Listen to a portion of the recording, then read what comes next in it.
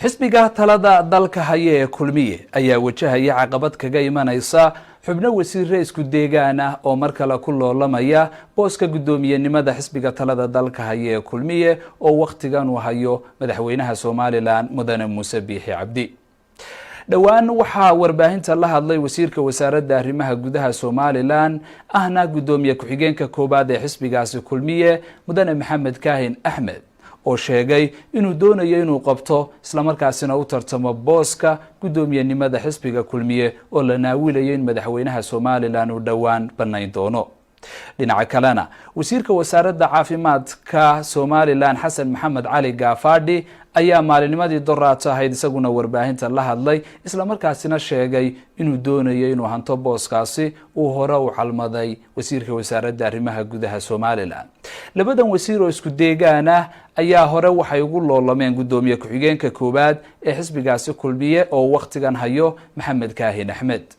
haddaba boqor Cismaan Aw Maxamuud Buurmadow oo ah boqorka guud ee deegaanka ay labadan wasiir ka soo jeedaan oo ku sugan magaalada Nairobi ee xarunta dalka Kenya ayaan khadka telefoonka kula xidhiidhay waxaana ka waraystay bal siday deegaan ahaan u arkaan arrintaasi. ugu horeyntii boqorku waxa uu maalmo hore warbaahinta la hadlay uu sheegay inaanay deegaan ahaan diyaar u ahaan inay dhisaan xisbiga talada dalka haya kulmiye. ugu horeyna waxaan boqorka weydiiyey bal waxa iska bedelay aragtidiisii ku aadanayd xisbiga kulmiye iyo inuu halkaasi weli taagan yahay. kulmiye dadkii ku tabcay haddii aan laba leeyahay inay laba jeer uu kulmiye madaxweyne ahayno ka shaqeeyay baan ka mid ahaa. marka aniga fikirkayga waxba iskama bedelin laakiin kulmiye isbedelay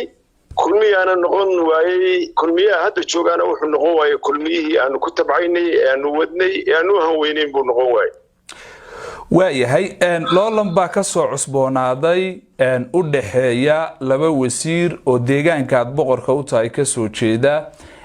waa wasiirka wasaaradda arrimaha gudaha Soomaaliland Mudane Maxamed Kaahin Axmed iyo wasiirka wasaaradda caafimaadka Xasan Maxamed Cali Gaafadhi. adiga iyo ka deegaan ahaan loolanka sideed u arkaysa? horta labada nin waa laba nin oo tola waxaan laba nin oo tola weeye laba nin oo haddii aan laba leeyahay weliba marka abar jeclo isii gurgurtana waxa weeyaan isku deegaan ahaan iyo isku dhawaansho reer ahaaneedba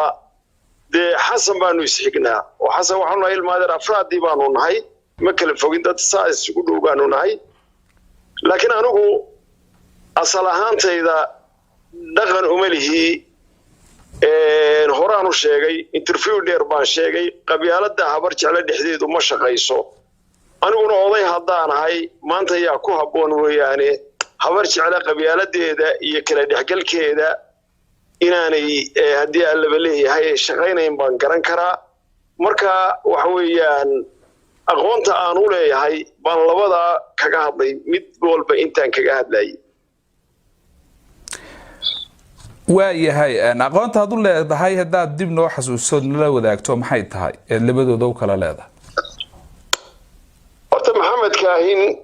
waxa weeyaan run ahaantii waa nin u dhiig baxay qaranka kan oo u soo halgamay waan maalin ka shaqaysan qaranka guri male hanti kale kama dhaqan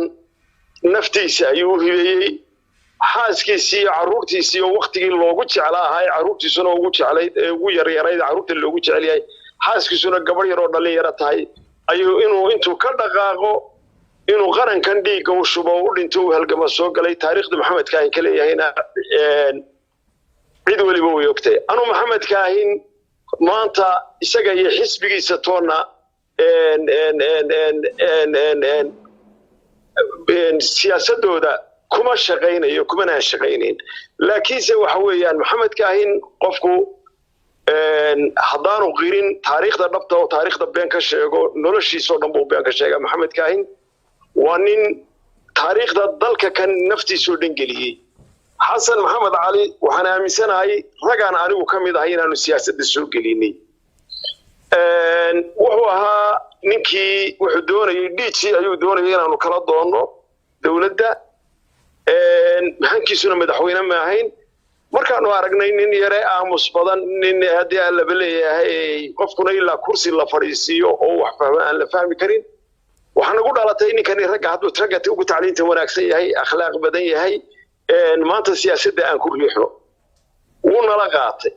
inaanu xisbi u furo serious baanu ka ahayn inaanu xasan soo saaro waxaan xasuustaa xasan nin dhaqaale haysto ahaa siyaasadda waanu ku tijaabinay maalintii fiiga la bixinayay $7,000 baa nala ka rabay xasan dhaqaale badan buu haystay lacagtii bixi waanu siyaasadda aan ku iska dhinac taagnay xasan wuxuu yidhi anigu lacagtayda uguma talagelin inaan ku ciyaaro waxay noqotay inaanu ilmaadeernahayn anagu oo xaaji ismaaciil la odhan jiray guri xiiray ku magac dheeraa waxaanu ku khasabnay inuu lacagtaa shubo xasan fiigaanu ka shubnay waanu ololeynay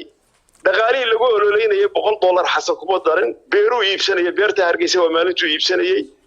waa maalintuu danihiisa ka shaqaynayay xasan siyaasadii aanu ku kaxaynay ee aanu xisbigiisa ku wadnay ee aanu ku shaqaynaynay waxa dhacday maalin kamida way joogaan musharaxiintii anigu taariikhda been kama sheego in alla intii gobolka Sanaag nooga sharaxnay xasan waxay aadeen war dhaqaalaha fiiga baanu u baahannahay iyo wax nala ka bixiyo iyo waxaanu campaign-ka ku gallo lacag bay soo codsadeen anigu budgetka iguma jirto oo hadda iscaasila waxay noqotay TV-ga iyo dhaway iscaasileen inaan anigu personally lacagtii shubo soo saaro horta xasan inaanu siyaasadda anigu ku duduucaynay oo ku wadnay buu ahaa markii dambena xasan xisbigii markuu dhacay dhaqaale malaayiin baa naga galay beel ahaan nooga galay ragnahaan nooga galay xasan hankiisu wal maqlay maalin oo dhaweyd walaha 100 qof baanu ka 100 kun qof baan xisbiga u keenay xasan kulmiye wuxuu tagay isaga oo laba nin wata uu naga dhuuntay beeshii hankiisa la rabtay uu ka dhuuntay cid walba ka dhuuntay waxay ahayd inaan kulmiye la gargorotono kulmiye cadaawad buu nala galay dagaal buu nala galay wuuna riday xasan wuxuu qaatay $150,000 xasan DG marna hankiisu wuxuu ahaa DG marna $150,000 buu ahaa ninka caynkaasa inaan mar dambe maxamed kaahin oo kale adduunyo xor ka ah inaan dilo oo haddii aan laba leeyahay xasan markaa dantii qaranka iyo xisbigaan wadanay waanu kala quusanay talabaad dantii qoyskana waanu kala quusanay oo haddii dayac jiro abihi gaafaadhi siduu u dhintay BBC-da sheegtay anigu ma sheegin dayac buu u dhintay $10,000 buu qaadanayay taasna waxa weeyaan run ahaantii qaranka iyo beesha iyo xisbiga xasan midna wax ku soo kordhinaya xisbiga kulmiyana 10 kun oo la tagin 10 qof oo tagin laba qof oo la tago kuwa gorgortan oo naga dhuuntay marka anigu iyo wixii iga tala qaatay inaanu siyaasadda xasan gilla diyaar u nahay oo khasaara taasi waa taa way maxamedna waa aniga ku sheegay maxamedna waxa weeye waa nin hadduu la dhisana qaranka dhisaya aan dantiisa dhisayn maantana nin qarana sharafna kule 50 sanadoodna ku soo jiray intaasan kaaga gudbi karaa waayahay boqor waxaad sheegtay inaad xasan idinku siyaasadda aad ku riixdeen haddaad ka mid ahayd dadkiis ama odayaashiisii siyaasadda ku riixay maxaad maanta uga riixaysaa xasan waxa ku yidhi han siyaasadeed buu yeelan waayey adduunyuu ugu jira hadeerna hadduu hadda siyaasadda galeen lacag buu gorgorinayaa $100,000 buu gorgorinayaa anigu adduunyo waxuma aqaano anigoo kale aan adduunyo wax u aqaan oo aqoon doonaya haliyay qaran dhisaya xasan ma dhisi karayo in adeerkay waan jecelahay markaanu si nimaadno labada dhaman baanu iska dhukanaa laakiin politician inaanu ahayn ganacsi baan wax kala qaban karayaa dantiisa gaarka baan wax kala qaban karayaa laakiin danta dadkana ku aamini maayo oo aabihii baa noloshiisii ku aamini waayey danta qarankana ku aamini maayo taasina been maaha beeshayduna way la taqaanaa Soomaaliland way la taqaanaa been anigu taariikhda ka sheegi maayo hadduu nin saddexaad baa ila socday maatan kulmiye u tegayna ilaa dad baan u keenay anaa beenaale xasan soo fadhiisto ha sheego hadduu leeyahay fiigii maan diidine anaa sheebkayga ka soo fiigu xisbiga ku galayna anaa beenaale xasan soo fadhiisto waayahay boqor marka laga yimaado arinta kulmiye deegaanka aad odayga u tahay waxa jira siyaasiyiin badan oo waqtigan saddex iyagoo ahaa marka xasan lagu soo daro 4 bay ku noqonayaan oo isirdiyaya loolanada ay dadkiina ku asqoobeen dhinacyada kala duwan ka imanaya deegaanka maxay idinka meel yaala anaga warjaba taariikh bay leedahay horta aniga madaxweyne Muuse Biixi waxaan leeyahay iyo siyaasiyiinta kaleba horta habar jeclo go'aan bay dhawaan isugu iman doontaa habar jeclo maanta ama waxay dhisaysaa sida shaxdu hadda u muuqato ama wadani bay dhisaysaa ciray dhisay ama Faysal bay dhisay ama Muuse midna tanaasul uma muuqdo sanadka haray iyo 5 sano dambe la garaacaya albaabka annagu maanta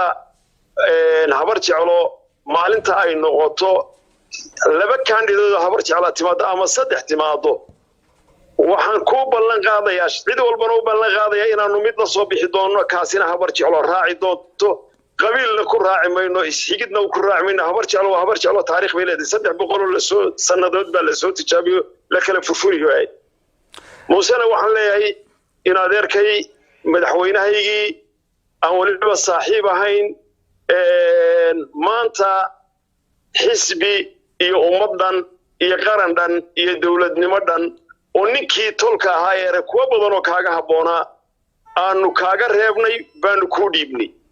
waxaanu ka rabnaa xisbigii oo isaysta waxaanu ka rabnaa qarankii oo isaysta waxaanu ku leeyahay ha ku isku dayin habar jeclo oo 300 sanadood la jajabin kari waayo la kala furfuri kari waayo inaad taado 100 mujarrax baan idinka dhex sameeynayo haystireen oo habar jeclo ha kala fogaato wadanina ay ku fakirin kulminayeen ay ku fakirin mana dhacayso habar jeclo maalinta ay wax soo hesho waanu kala reebi doonaa muusana waxaan leeyahay adaa ku ragbeelaya adaa ku xisbi beelaya arbitra waxa weeyaan kubadda teamka ciyaaraya siid walaha ciyaarsiya siid waluhu ninka half gala mistake hadaanu qaban oo siidiga ku yeedhin ceeb bay kugu tahay wasiiradaadii